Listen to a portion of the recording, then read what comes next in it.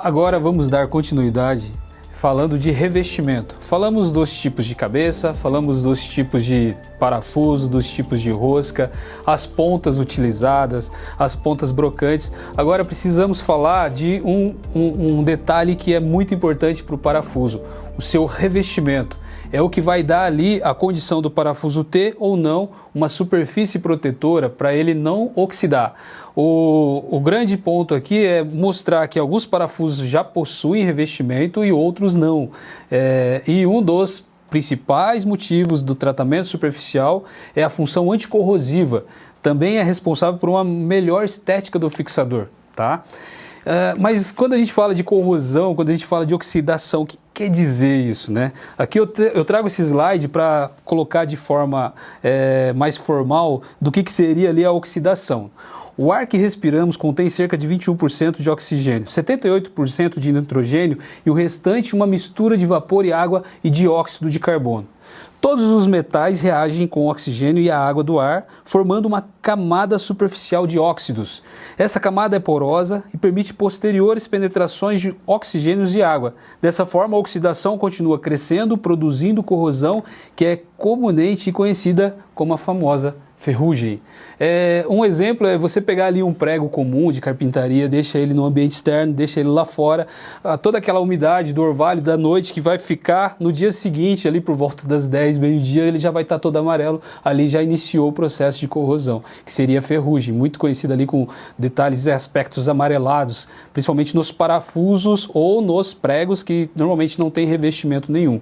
Então a corrosão é praticamente instantânea, né? É muito rápido. Por isso que há necessidade de fazer esses tratamentos para que você consiga proteger a superfície do parafuso, não criando essa corrosão e ao longo do tempo você conseguir manter a vida útil desse parafuso, tá? E os principais processos para a aplicação de revestimento de proteção superficial em fixadores são o mais conhecido, a zincagem branca, também conhecida como zincagem eletrolítica, a zincagem a fogo, né, para as grandes obras que ficam em ambientes externos, sobre várias intempéries do tempo, você vai ter que utilizar um revestimento que vai sustentar ainda mais ali ao longo do tempo a durabilidade desse parafuso. Então a zincagem a fogo é uma das mais utilizadas, principalmente nessas torres de distribuição de energia, todos aqueles parafusos estruturais que estão ali são galvanizados a fogo, tá? E existe também os revestimentos organometálicos, que diferente da zincagem eletrolítica, ele é como se fosse uma solução aquosa que vai se aderir ao aço e com uma camada muito mais fina do que a zincagem, muito mais lisa, que vai facilitar o emporcamento, colocar a porquia e muito mais fácil de você conseguir atingir o torque necessário, porque você diminui o atrito do parafuso, né? Os filetes da rosca entre a porca e o parafuso vai diminuir o atrito, trazendo mais facilidade, tá? Aqui eu tenho nesse slide mostrando para vocês como funcionaria o processo eletrolítico, que é o processo mais comum, né, de zincagem, trazendo o revestimento do parafuso uma camada protetora. Você pode ver que a gente aqui coloca ele numa solução onde vai ter o zinco, que vai funcionar como anodo, e você vai ter o parafuso, vários parafusos lá dentro que vai funcionar como um cátodo, através de uma corrente elétrica, corrente positiva e negativa. Assim que você liga, você vai fazer como se fosse uns imazinhos ali se mudando e se transportando para o parafuso. Esse seria o processo mais comum dos parafusos que a gente vê nesses detalhes que eu estou mostrando aqui, ó. Se você observar deste ponto até aqui, eu tenho parafusos zincado branco. Eles têm esse aspecto prateadinho, né? Mas, apesar de não ter branco, ele tem esse aspecto prateado. É a maneira da gente dizer que ele é zincado branco. Outro aspecto da zincagem é que você não precisa deixar ele totalmente prateadinho, né? Você não precisa deixar ele prateado dessa forma. Existe uma segunda forma de trazer uma proteção extra, conhecida como cromatização, que aí seria os parafusos bicromatizados, que eles aparecem nessas tonalidades aqui, um pouco mais douradinho, né? Mas a gente chama ele de bicromatizado, né? Ou normalmente zinco amarelo. E outros tipos de revestimento que você pode ver aqui seria o organometálico. Você pode ver que ele tem um aspecto mais cinza, um aspecto num tom de cimento praticamente. E aqui eu tenho outro tipo de acabamento que seria o fosfatizado, que é o mais utilizado para ele ter uma superfície mais lisa, para ele poder penetrar no montante do aço nas construções a seco, que seria o drywall. Aqui eu tenho uma ideia do perfil genérico de acabamento zincado. Eu tenho o metal base, que vamos imaginar que seria o parafuso. Eu teria ali a primeira camada, que seria do zinco, e depois viria a camada de proteção, que seria do cromato. Quando ele é bicromatizado, ele tem uma camada extra para proteger ainda mais contra a corrosão. E a corrosão se dá através da reação do metal com o meio a que este está submetido, que seja atmosfera, águas naturais, solo e produtos químicos. Aqui você está vendo que existe a camada de zinco, um material base, e a camada de cromato, onde ali se iniciaria um processo de degradação, um processo de corrosão. O primeiro processo de corrosão, como mostra o slide, a imagem animada, vai mostrar que a gente vai ter a penetração ali da corrosão branca. Essa primeira camada, até atingir a parte do cromato, eliminando a parte do zinco, antes de chegar no material base, que é o que realmente importa, a gente chamaria de corrosão branca. Até aqui, você ainda não tem a fragilização desse fixador. Você vai passar a ter a fragilização desse fixador após atingir o material base, que seria o parafuso. Aí a gente chama de corrosão vermelha. A partir dali, esse parafuso está fragilizado. Ah, mas quanto tempo duraria esse zinco em um ambiente totalmente agressivo? Depende da agressividade. Quando o ambiente é muito agressivo, a gente já teria que migrar para um outro tipo de material. Por exemplo, o zinco não resolveria se fosse um zinco eletrolítico ou um zincado a fogo, aguentaria um pouquinho mais, mas qual que seria a saída numa situação de maresia, num ambiente bem agressivo? Aí a gente já migraria para um parafuso inox, que ele é muito mais resistente à corrosão e não correria esse risco que ocorre em um parafuso que, sendo como material base um parafuso com zinco e com a camada de cromato. Deu para entender? Então, se você está utilizando o parafuso zincado branco, ele vai ter ali uma certa resistência ao tempo e às intempéries. Se você tem um parafuso bicromatizado, ele vai ter uma camada extra de cromato, ele vai resistir mais. Mas se você quer realmente o alto desempenho num ambiente que é muito agressivo, aí você já teria que estar utilizando um parafuso inox, tá? E aqui, quando a gente fala do parafuso e a porca, quando a gente faz um acabamento eletrolítico, que seria uma pequena camada que vai dar mais ou menos abaixo de 8 microns, nesse caso você não precisaria fazer rebaixo na porca, né, para não dificultar o emporcamento. Por exemplo, aqui eu tenho um parafuso zincado e aqui eu tenho uma porca zincada eletrolítica. Então pode ver que ele entra com facilidade, não existe uma camada tão grossa que impeça que eu faça aqui o emporcamento, né, colocando a porquinha no parafuso. Mas vamos imaginar que a gente esteja usando ali o banho, o galvanizado a fogo. O galvanizado a fogo é como se eu mergulhasse o parafuso dentro da solução lá de zinco e retirasse ele. Então ele vai criar uma camada mais espessa de acabamento. E é nesse momento que eu preciso fazer um rebaixo interno na porquinha, tá? Na construção civil, nas construções de estrutura metálica, utiliza-se muito parafuso galvanizado a fogo. E nesse caso é preciso que faça o rebaixo através de um macho dentro da porquinha, que é conhecido como over. Então quando alguém te pedir ali, preciso de um parafuso A325 estrutural, galvanizado a fogo, normalmente essa porquinha estrutural que vai vir, que é uma porca pesada, ela vai vir com um rebaixo a mais interno lá dentro da porquinha. Para quê? Para a hora que eu for colocar a porca nesse parafuso estrutural, ela não enrosque e não cause o famoso engripamento. Ok?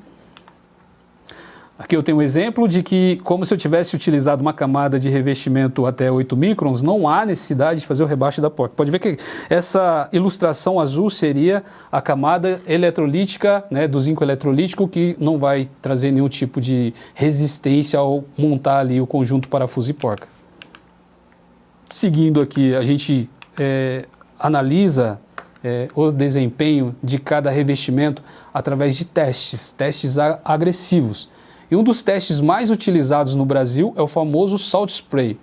Eu simulo a corrosão em ambiente marítimo e observa os dois tipos de corrosão, a branca e a vermelha. Existem outros tipos de teste que simula corrosão em ambiente industrial, simula também em ambiente de alto grau de umidade, mas o que é mais utilizado para determinar qual que seria o tempo de vida útil do parafuso numa situação extrema seria o famoso salt spray. E aqui eu trago uma tabela comparativa mostrando as diferenças que ocorrem se eu estou utilizando um parafuso zincado branco, se eu estou utilizando um parafuso bicromatizado e vamos além com o zinco preto de ferro preto. Você percebe que no zincado branco, esse número que aparece de 12 seriam 12 horas no teste de salt spray, com camadas de 5 a 8 micros, ou seja, é uma camada muito fininha, né? E na corrosão vermelha ele só vai conseguir atingir o material base após 36 horas desse teste severo. Mas comparando o zincado branco com um bicromatizado, por exemplo, na corrosão branca eu já tenho ali 48 horas. Então a gente já percebe que praticamente mais que dobra, né, o tempo de vida útil desse parafuso utilizando o bicromatizado. E até atingir o material base através da corrosão vermelha, a gente teria ali 72 horas no teste salt spray de resistência em camadas de 5 a 8 microns, tá? Analisando o cenário real de uma situação onde eu não esteja fazendo um teste tão severo que nem o salt spray, que aqui eu estou tendo uma referência de poucas horas, por exemplo, 12 horas só no salt spray, então significa que esse parafuso lá fora vai aguentar 12 horas? Não, eu estou simulando o extremo para eu definir quanto ele aguentaria nesse teste severo numa camada de 5 a 8 microns. Analisando o cenário real, eu tenho aqui uma bagagem de parafuso há mais de 14 anos e eu tenho testado alguns parafusos, né, na residência onde eu fico, num ambiente externo onde tem sol e chuva, mas não é tão severo igual a maresia. E eu tenho parafusos ali suportando há mais de 6 anos no zincado branco, que ele ainda não iniciou nem a corrosão branca. Então, quando a gente olha ali um zincado branco com 12 horas de salt spray na primeira corrosão, que seria a branca, ou na corrosão vermelha, que seria mais 36 horas, a gente fica pensando, mas será que ele não aguenta? Ele aguenta muita coisa.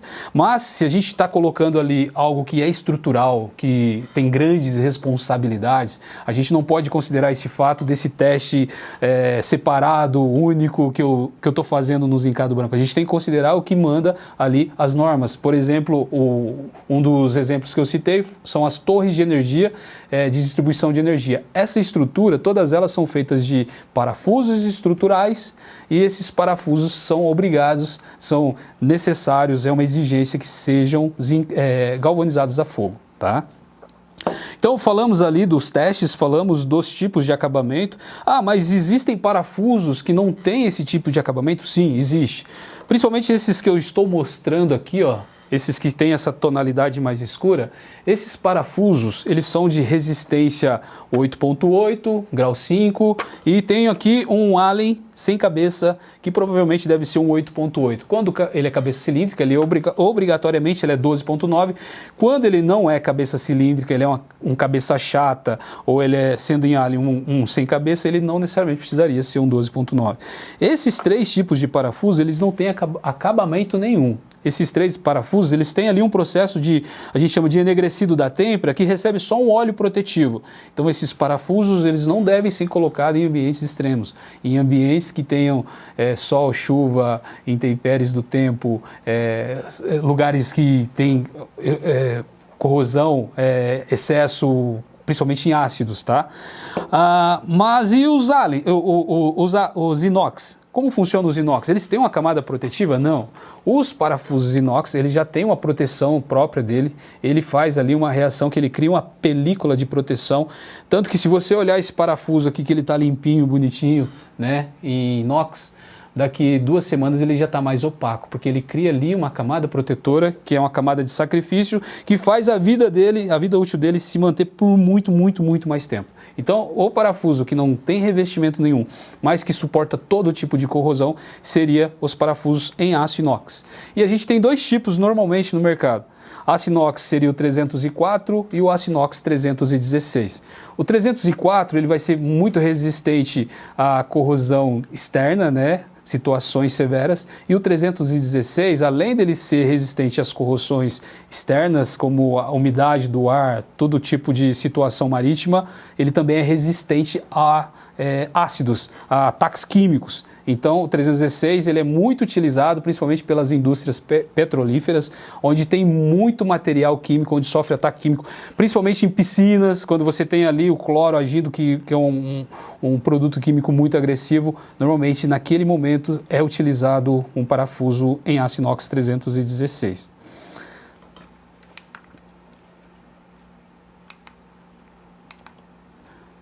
Agora, alguns desses parafusos que eu mostrei aqui, que seriam em resistência grau 5, em 8.8, ou até o próprio parafuso Allen, principalmente os cabeças cilíndricas, que são 12.9, esses parafusos, para fazer qualquer tipo de revestimento, principalmente o revestimento eletrolítico, tem que ter um cuidado especial, tem que ter um controle severo, porque quando eu não tenho esse controle, eu crio uma fragilização por hidrogenização. Como acontece? Esse processo, em processo de limpezas ácidas, normalmente em materiais que recebem um acabamento superficial de desencase eletrolítica. Em que tipos de materiais ocorre essa fragilização? Em produtos de classe de resistência 10.9, como eu citei, 12.9, os parafusos no grau 8, ou que tenham geometrias complexas. Aqui não está falando do 8.8 e nem está falando do parafuso grau 5, mas sim, tem que ter um cuidado especial com esses parafusos também. Mas os mais problemáticos são os acima de classe 10.9 ou de grau 8. E como eliminar, né? Como é que eu tenho esse controle, como é que eu tenho esse cuidado? Então o processo tem que estar muito bem feito. Através de tratamento de desidrogenização, logo após o tratamento de superficial, no máximo em 2 horas em fornos em uma temperatura aproximada de 200 graus, o produto deverá ficar na estufa em casos extremos de no máximo 23 horas. Ou seja, ele precisa passar por um processo ali de ficar no forno, entre aspas, cozinhando, né, para que não haja que não nucleie essa contaminação por um átomo de hidrogênio. E os efeitos dessa fragilização, né? O nome já diz, ele se torna um parafuso frágil. Ou seja, se eu fiz um processo de desencagem num parafuso igual esse, que ele está ali na classe de resistência 10.9 ou no grau 8, ou se fosse um Allen cabeça cilíndrica em 12.9 e eu fizesse a desencagem, não fizesse esse processo de não contaminar com hidrogênio, a qualquer momento, em qualquer tipo de aperto, eu poderia romper a cabeça desse parafuso sem fazer muita força. Por quê? Porque ali dentro você não vê, você não enxerga, mas a contaminação por hidrogênio é como se eu pegasse um martelo e iniciasse uma trinca no espelho. A trinca vai continuando, vai indo, vai penetrando até que aquele espelho vai se romper totalmente. É o que acontece com o parafuso que existe a contaminação por hidrogênio. Ele vai ficar totalmente frágil e em algumas situações ele pode até se soltar naturalmente a cabeça do parafuso sem fazer força nenhuma de tanto agressivo que foi essa contaminação. Aqui na foto eu mostro o parafuso que rompeu a cabeça por esse processo, né, que fragilizou, e você percebe que está nítido que ele não teve nenhum esforço e que ele praticamente quebrou como se fosse um vidro. E aqui eu tenho uma imagem aproximada em microscópio, onde você consegue enxergar essas fendas que você está vendo, é como se eu estivesse olhando lá dentro da microestrutura. Na verdade, eu estou olhando a microestrutura do material. Eu aproximei ao ponto de eu enxergar ali o contornos de grão dos átomos e você percebe que essas fendas são tudo contaminações por hidrogênio. E são as microtrincas que eu brinquei simulando como se fosse no espelho. É isso que acontece dentro do parafuso. E agora, continuando, o último acabamento que a gente vai falar seria do revestimento organometálico. O organometálico, ele cria uma camada tão fina, que você não precisa fazer nenhum tipo de rebaixo, como é feito nos parafusos galvanizados a fogo. Ele recebe ali revestimentos inorgânicos em base aquosa, aplicados diretamente ao metal, né, ao parafuso, aos substratos, no caso ferro, aço, alumínio e suas ligas, que necessitem, né, desse tipo de acabamento. E qual que é a grande vantagem? Ele fica com uma camada muito lisa. Então eu consigo, que nem eu falei no início, colocar a porca, dar o torque sem ter muito atrito. Eu não tenho que considerar muito o coeficiente de atrito que existe entre os filetes da rosca e entre o parafuso e a porca. Tá? E existem ali 2 tipos no mercado normalmente. Tem o base coat, né? E existe o Top Coat. Aí o Top Coat ele vai ter uma camada extra que ele vai dar mais durabilidade ainda. Apesar de eu não ter uma tabelinha aqui mostrando quais seriam as condições de tempo que ele suportaria, como num teste de salt spray, que a gente simula ali num zincado branco, que seria de 12 horas na corrosão branca, um parafuso organometálico ele vai passar de 1000 horas.